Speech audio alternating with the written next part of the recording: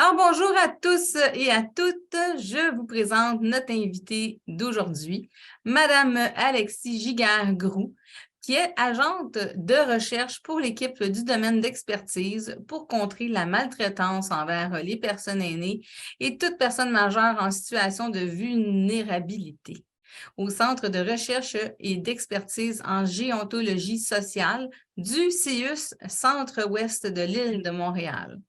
Le titre de la conférence qui sera présentée aujourd'hui est S'outiller pour contrer la maltraitance. Alors, sans plus tarder, je lui cède la parole et nous commençons la conférence. Je vous souhaite une bonne conférence à tous. Donc, bonjour Alexis, je vous laisse partir votre conférence. Alors, bonne conférence à vous aussi. Merci beaucoup et merci de l'invitation, en fait.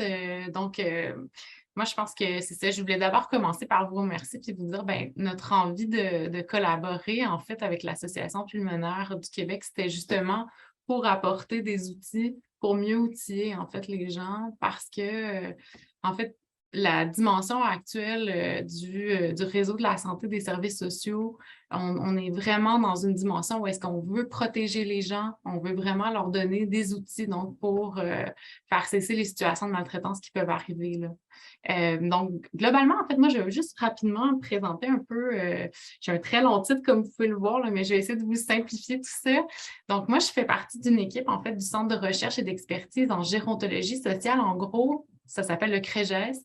C'est vraiment un centre qui rassemble, en fait, des chercheurs, des professeurs universitaires, des spécialistes cliniques, entourant en fait, des sujets qui touchent à la gérontologie sociale. Donc, on est plusieurs équipes et moi, je fais partie de l'équipe du domaine d'expertise pour contrer la maltraitance. Puis nous, notre expertise, donc, c'est vraiment de travailler avec des chercheurs, on travaille à développer des collaborations aussi avec différents milieux, dont le milieu communautaire. Puis on est aussi mandaté par le ministère de la Santé et des Services sociaux pour créer des politiques, des outils puis des formations spécifiquement sur le contexte de la maltraitance. Donc, qu'est-ce que la maltraitance?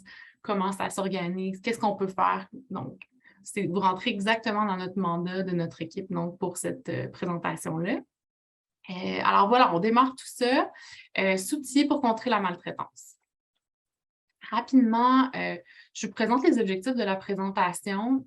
C'est assez simple. On démarre ça au niveau de, bon, qu'est-ce que c'est la maltraitance? L'objectif de ça, c'est vraiment que vous ayez une compréhension assez générale de ce que c'est quand on parle de maltraitance. Je pense que tout le monde a un peu sa définition. On va vous guider vers celle qui est celle du ministère de la Santé et des Services sociaux. Ensuite de ça, comprendre comment effectuer une plainte si je vis de la maltraitance. Le deuxième point, c'est comprendre comment effectuer un signalement si je suis témoin d'une situation de maltraitance. Donc, ce n'est pas moi qui la vis, mais dont je suis témoin de quelqu'un d'autre dans mon entourage, mon conjoint, ma conjointe, une personne dans ma famille, membre de mon entourage. Et en fait, globalement, donc c'est vraiment que vous soyez en mesure de mieux connaître les ressources qui peuvent vous soutenir puis vous offrir de l'aide si vous avez besoin. Si vous êtes soit témoin, si vous êtes vous-même, si vous êtes la personne qui vit la situation de maltraitance. Donc, en gros, dans la présentation, comme on l'a expliqué tout à l'heure, là, je vais vous faire une présentation un peu plus globale, puis ensuite, on aura l'occasion d'interagir par la présentation de mise en situation. Donc, voilà. Donc, qu'est-ce que la maltraitance d'abord? Qu'est-ce qu'un signalement d'une situation de maltraitance? Qui sont les commissaires aux plaintes? Je vais revenir là-dessus. Je vais vous décrire qui sont ces personnages vraiment importants. Que faire si je vis une situation de maltraitance? Que faire si je suis témoin d'une situation de maltraitance? Mise en situation pour un peu pratiquer votre compréhension globalement. Puis, une période de questions. Donc, vous n'hésitez pas. Je suis vraiment là pour répondre à vos questions. Ça va me faire un grand plaisir. Donc, voilà. Qu'est-ce que la maltraitance? Donc, de façon assez générale, la maltraitance, c'est une problématique qui est très cachée. Comme vous le savez sans doute, la majorité des gens ne vont pas rapporter la situation de maltraitance qu'ils vont vivre. C'est vraiment ce qui est rapporté. En fait, c'est un très, très faible pourcentage de la réalité. Donc, c'est très difficile à estimer quand on donne certains pourcentages. Ce n'est pas tout à fait représentatif de la réalité puisque la majorité des gens ne veulent pas en parler pour diverses raisons. Voilà. Donc, en 2019, juste pour vous donner un jeu d'échelle, donc, ce qui a été rapporté, c'est qu'il y a environ 11 000 personnes c'est issu d'une enquête, en fait, québécoise. Donc, il y avait 11 000 personnes qui auraient déclaré avoir vécu une situation de maltraitance matérielle et financière au Québec. Ça, c'est juste un échantillon, c'est quand même important, mais ça vous donne quand même une idée que c'est une situation qui se révèle vraiment globalement, la maltraitance. En 2020, donc, comme je vous expliquais, on estimait que 6 des personnes aînées du Québec avaient vécu une situation de maltraitance, mais en réalité, on estime que c'est très sincèrement probablement beaucoup plus que ça. Et un point important à savoir, c'est que tout type de maltraitance, on va rentrer un petit peu plus dans le détail dans ce qui suit, mais peut avoir un impact donc sur le bien-être de la personne, sur sa qualité de vie, puis à différents niveaux aussi, sur le plan psychologique, sur le plan physique, sur le plan matériel.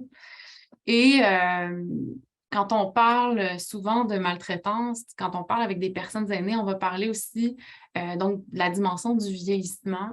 Puis, donc, il y a quelques conditions qui sont liées au vieillissement qui peuvent augmenter le niveau de vulnérabilité de certains individus. Ce n'est pas le cas de tous, mais quand on parle de vulnérabilité, parfois, ça peut aussi mener à augmenter un potentiel de maltraitance pour la personne. Donc, elle est peut-être plus à risque dans ce contexte-là de vivre une situation de maltraitance.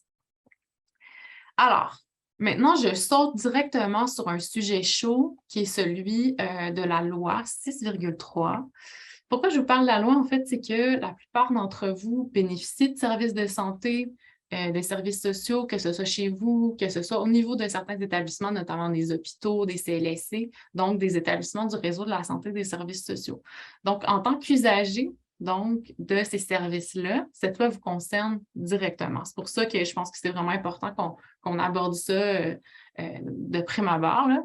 Donc, de mieux la connaître va aussi vous permettre de mieux comprendre vos droits et les services qui sont disponibles. Donc, voilà. En gros, la loi 6,3, c'est aussi la loi visant à lutter contre la maltraitance envers les personnes aînées et toute autre personne majeure en situation de vulnérabilité. Ils les font toujours très longues, nos lois, mais en même temps, celle-là, elle est particulièrement importante parce qu'elle touche à beaucoup de populations et probablement les populations qui ont vraiment des besoins particuliers à ce niveau-là. Donc, cette loi-là, elle existe depuis 2017, qui prévoit que tous les établissements du réseau de la santé et des services sociaux, là, vous allez voir dans les pages, j'ai mis ça en parenthèse, ça s'appelle le RSSS, c'est vraiment le réseau de la santé et des services sociaux. Donc, cette loi-là prévoit qu'il faut que chacun de ces établissements-là fournisse des services de santé et de services sociaux de qualité, mais aussi qui facilite le signalement et la prise en charge des situations de maltraitance. Puis là, je vous ai mis quelques exemples de certains de ces établissements-là, donc notamment les fameux CHSLD, les résidences privées pour personnes aînées, les hôpitaux, mais ça touche aussi les entreprises qui offrent des services de santé, des services sociaux pour le compte du réseau de la santé, donc des prestataires de services qui ne sont pas nécessairement des hôpitaux, mais qui offrent des services notamment à domicile. Donc, ça entrerait dans cette classification-là. On va rentrer un peu plus dans la définition de la loi de ce qu'est la maltraitance. Donc, la maltraitance est un geste singulier ou répétitif ou un défaut d'action approprié qui se produit dans une relation où il devrait y avoir de la confiance et qui cause intentionnellement ou non du tort ou de la détresse à une personne. Donc, je vais rentrer un petit peu plus dans les éléments clés de la définition parce que ça va vous permettre d'avoir, je pense, une idée plus globale de ce que ça veut dire vraiment la maltraitance. Donc, le premier point important, c'est de savoir qu'il s'agit d'un geste singulier ou répétitif. Ce que ça veut dire, c'est que ça peut arriver qu'une seule fois, comme ça peut arriver tous les jours, plusieurs fois par jour que ce geste-là se répète. Ou encore, l'absence d'un geste approprié. Je peux vous donner un exemple. Si quelqu'un ne vous donne pas votre médication qui serait comme un geste approprié selon votre condition, bien, ça entrerait dans cette définition-là. Qui se produit aussi dans une relation où il devrait y avoir de la confiance. Quand on parle d'un membre de votre famille, normalement, il devrait y avoir une relation de confiance, mais si ce geste est répété, dans ce contexte-là, normalement, on devrait être capable d'avoir vraiment une confiance, d'être capable de se livrer à cette personne-là. Donc, et qui cause du tort ou de la détresse à la personne. Donc ça, c'est vraiment important. C'est donc de dire que ce geste singulier ou répétitif ou l'absence de ce geste-là cause du tort ou de la détresse à la personne, ou vous causerez à vous, par exemple, du tort ou de la détresse, et qui serait effectué de façon intentionnelle ou non. Donc, la personne le ferait volontairement ou le ferait sans nécessairement être conscient du tort qui est causé.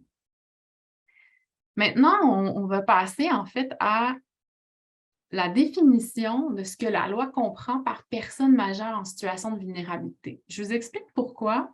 C'est que ça, c'est un tout nouvel ajout, en fait, à la loi qui a été fait dès le mois de juin. Puis, l'important aussi, c'est de comprendre que, bon, maintenant, la loi couvre la maltraitance qui est effectuée envers les personnes aînées, mais maintenant, elle inclut aussi toute personne adulte qui est en situation de vulnérabilité. On ne parle pas de personnes vulnérables, on parle de situation de vulnérabilité. Et ce que ça implique, ça, c'est donc une définition qui est particulière, qui dit qu'une personne majeure en situation de vulnérabilité est une personne majeure, donc âgée de plus de 18 ans, dont la capacité de demander ou d'obtenir de l'aide est limitée de façon temporaire ou de façon permanente, en raison notamment d'une contrainte, d'une maladie, d'une blessure ou d'un handicap, qui peuvent être d'ordre physique, cognitif ou psychologique. Puis on donne quelques exemples, notamment une déficience intellectuelle, une déficience physique, un trouble du spectre de l'autisme notamment. Donc, en gros, là, les éléments à retenir de cette définition-là, c'est vraiment donc une personne majeure dont la capacité à demander de l'aide ou à obtenir de l'aide est limitée de façon temporaire ou permanente. Puis, ça, c'est en raison d'une contrainte qui serait une maladie ou un handicap, puis qui peut être d'ordre physique, cognitif ou psychologique. Donc, je peux vous donner un exemple de ça. Donc, une personne qui a un handicap physique qui l'empêche de se déplacer, mettons, pour aller chercher son épicerie, elle peut être en situation de vulnérabilité parce qu'elle n'arrive pas à demander de l'aide pour un besoin. Par contre, si elle a un fauteuil électrique pour se déplacer, bien, elle n'est plus en situation de vulnérabilité. Donc, la situation de vulnérabilité, dépendamment si la personne est entourée, dépendamment de son environnement aussi, elle n'est pas nécessairement en situation de vulnérabilité, bien qu'elle ait une contrainte. Voilà. Maintenant, je vous bombarde d'informations, mais vous allez mieux comprendre après. Ça va vous donner vraiment une vision plutôt d'ensemble de comment fonctionne tout le système autour pour signaler une situation de maltraitance. Maintenant, il existe donc 7 types de maltraitance. Je vous les mets ici, je vous fais une petite description rapide de chacune d'entre elles. Donc, il faut savoir aussi que dans une situation de maltraitance, souvent, on va retrouver plusieurs types de maltraitance dans une même situation. Par exemple, une personne peut vivre la maltraitance psychologique de la part de son fils, puis aussi vivre une situation de violation de ses droits, par exemple. Donc, le fils pourrait empêcher la personne aînée de téléphoner à sa famille, ça serait lui empêcher donc de pouvoir communiquer. On brimerait ses droits, donc ça serait de la violation de ses droits. Donc, je vous explique rapidement. Maltraitance psychologique. Donc, c'est attitude, parole, geste ou défaut d'action appropriée qui constitue une atteinte au bien-être ou à l'intégrité psychologique. Maltraitance physique, toujours la même chose, attitude, parole, geste ou défaut d'action appropriée qui porte atteinte au bien-être ou à l'intégrité physique. Maltraitance sexuelle, même chose, attitude, parole, geste ou défaut d'action approprié à connotation sexuelle non consentie qui porte atteinte au bien-être, à l'intégrité sexuelle. Maltraitance matérielle ou financière, mais là, c'est l'obtention ou l'utilisation frauduleuse, illégale, non autorisée ou malhonnête des biens ou des documents légaux de la personne, absence d'information ou mésinformation financière ou légale. Ensuite de ça, c'est probablement celle-là aussi qui vous touche assez directement, maltraitance organisationnelle. Si, par exemple, toute situation préjudiciable créée ou tolérée par les pratiques et les procédures d'organisation privée, publique, communautaire, responsable d'offrir des soins ou des services de tout type aux personnes aînées. Finalement, il nous en reste 2. L'agisme, discrimination en raison de l'âge par des attitudes hostiles ou négatives, des gestes préjudiciables ou de l'exclusion sociale. Et enfin, la violation des droits toute atteinte aux droits et libertés individuelles et sociaux. Donc, partant de ça, sachant qu'on a 7 types de maltraitance, chacun de ces types de maltraitance-là a 2 formes. Les 2 formes, en fait, c'est la violence et la négligence. Donc, c'est comme de dire, ben, dans la maltraitance financière, il pourrait y avoir de la violence, il pourrait y avoir de la négligence. Donc, la violence, en fait, ça veut dire malmener une personne ou la faire agir contre sa volonté par des gestes, des paroles, des attitudes, en employant la force et ou l'intimidation. Puis la négligence, elle, c'est vraiment plutôt de ne pas se soucier de la personne, notamment par une absence d'action appropriée pour répondre à ses besoins. On en parlait tout à l'heure, quelqu'un qui ne donnerait pas à la personne qui a besoin d'une médication, donc qui l'empêcherait d'avoir accès à sa médication, mais ça serait une forme de négligence, notamment. Ensuite de ça, bien, il y a différents. Je pense que c'est important qu'on parle de la maltraitance, mais il faut aussi s'intéresser à la personne qui commet la maltraitance. Donc, cette maltraitance-là peut être perpétuée de façon intentionnelle. Donc, la personne, elle veut causer du tort à la personne maltraitée, au fond, ou encore de façon non intentionnelle. Donc, ça veut dire que la personne maltraitante ne veut pas nécessairement causer du tort ou ne comprend pas le tort qu'elle cause. Donc, ça, c'est vraiment intéressant parce que, dépendamment de la situation, on peut voir un peu l'intention de la personne ou le fait que ce n'était pas volontaire nécessairement de la personne. Voilà. Donc, passons un peu à la portion sur le signalement d'une situation de maltraitance. Qu'est-ce que c'est, en fait, signaler une situation de maltraitance? C'est gros comme ça, comme concept, mais concrètement, comment ça s'organise? Donc, quelle est la distinction entre formuler une plainte, on entend beaucoup ça, ou effectuer un signalement? Donc, la grande distinction, c'est qu'une plainte peut être formulée par la personne qui vit la situation de maltraitance. Donc, il faut que ce soit elle-même qui décrive la situation qu'elle vit.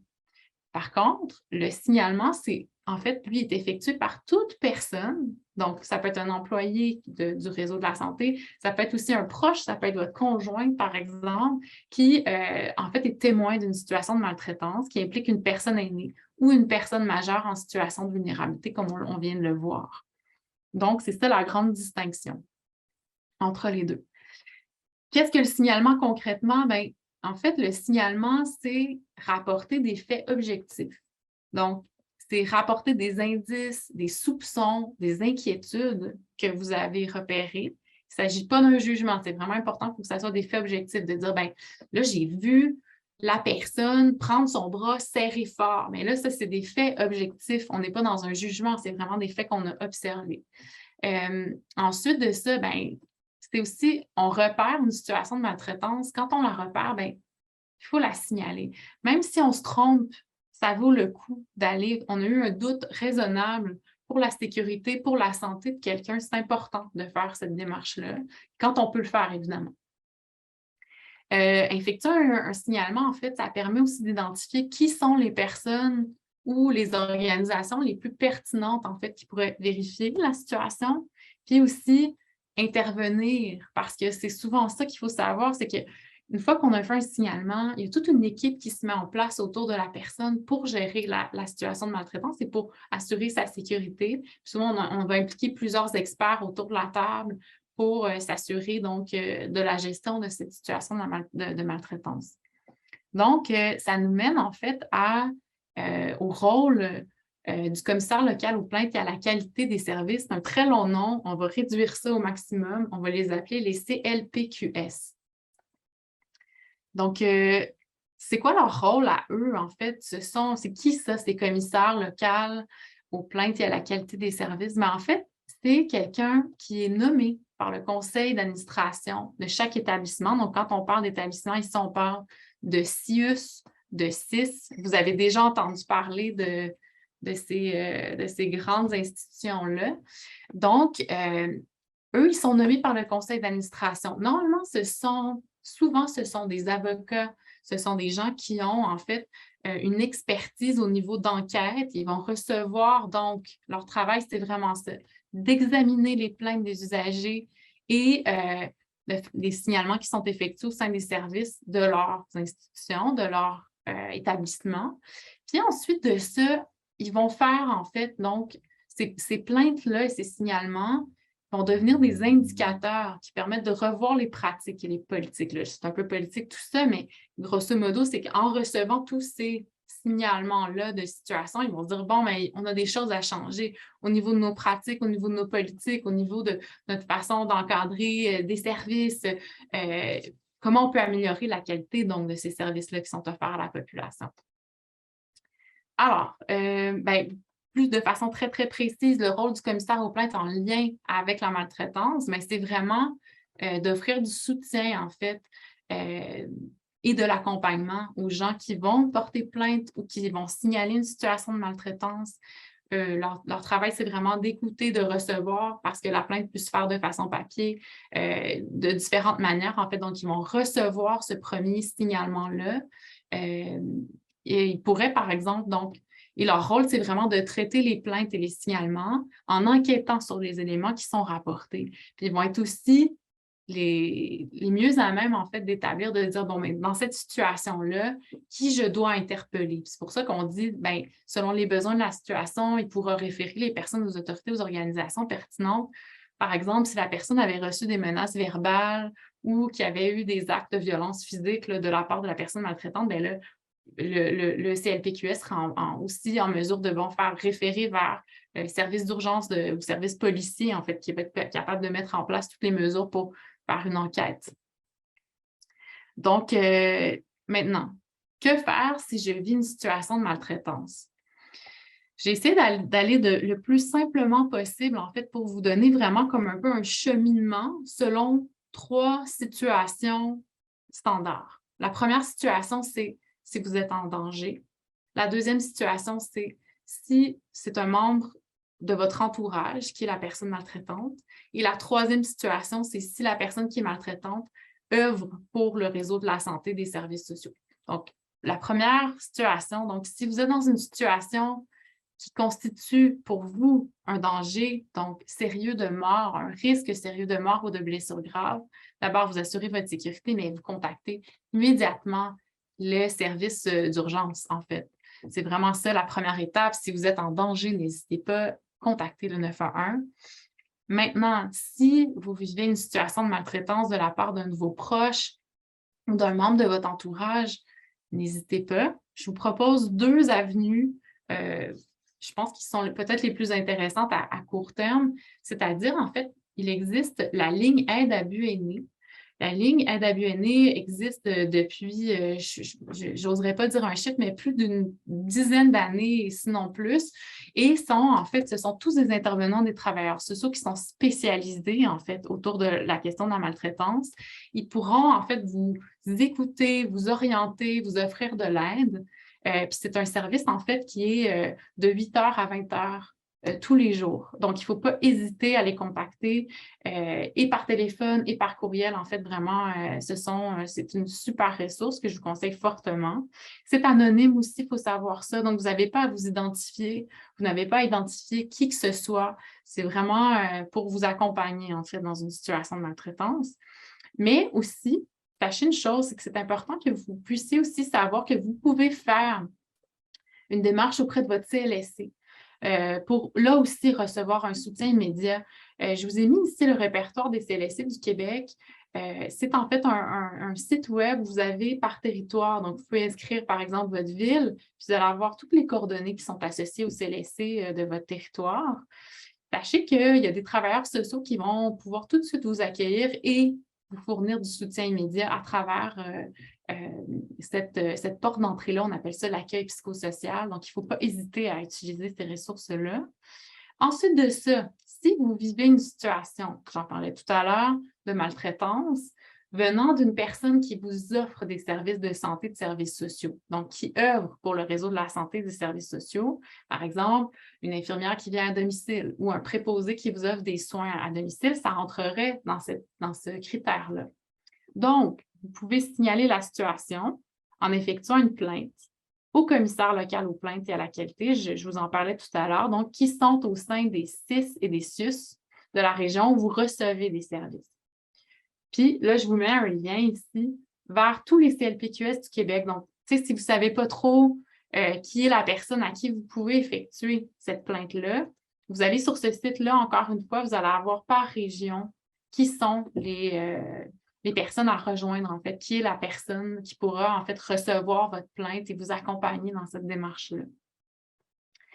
Maintenant, si vous êtes témoin d'une situation de maltraitance, c'est très similaire, comme on le disait tout à l'heure.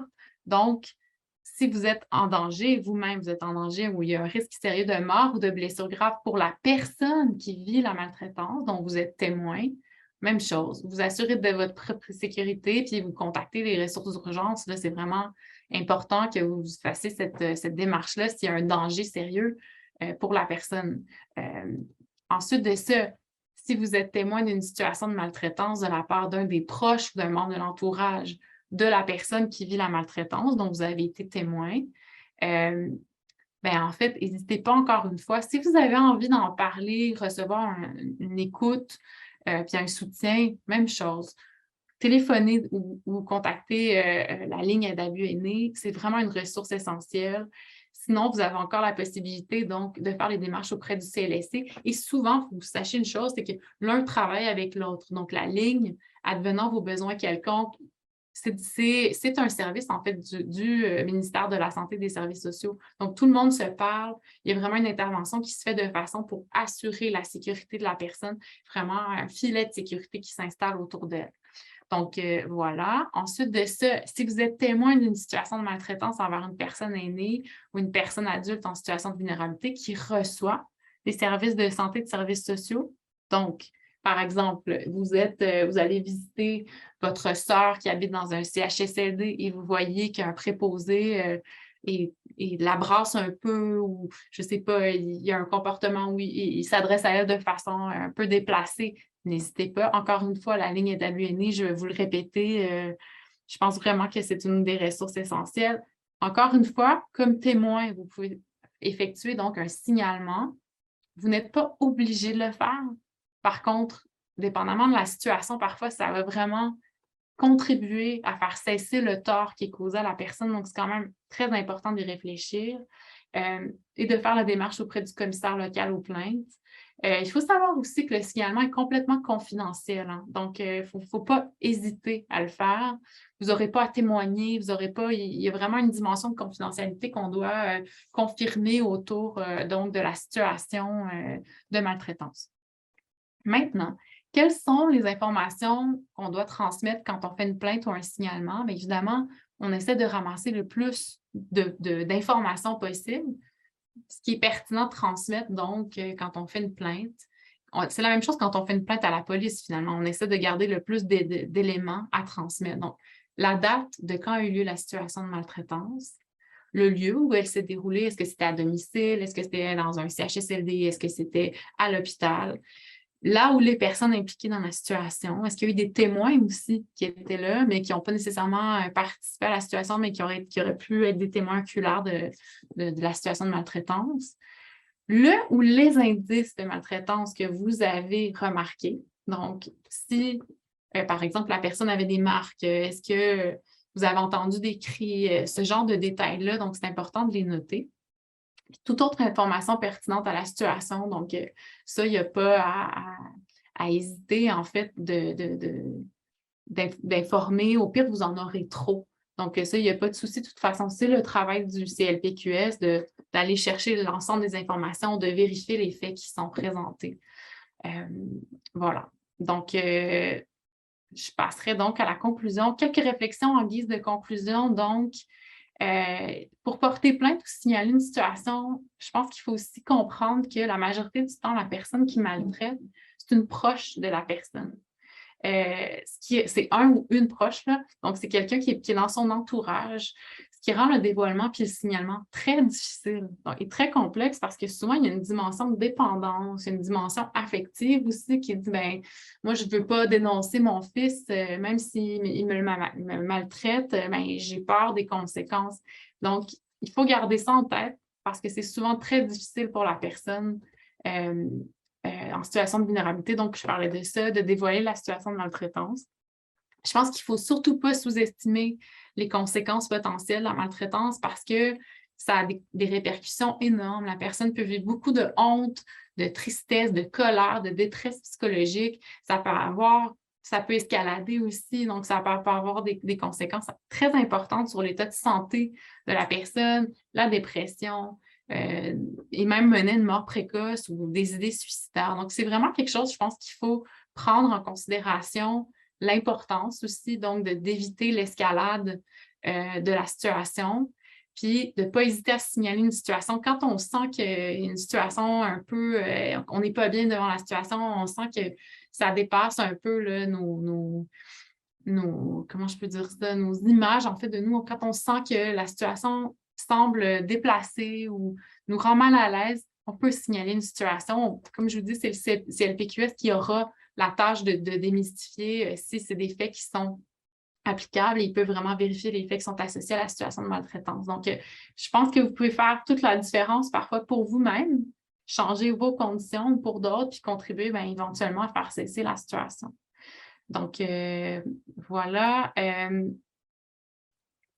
Merci à tous de votre écoute. Pour toute question, donc, comme je le disais tout à l'heure, la ligne d'abus est née là, pour répondre à vos questions, pour vous soutenir, offrir de l'écoute. Je vous mets ici le répertoire des CLPQS du Québec et le répertoire des CLSC aussi du Québec.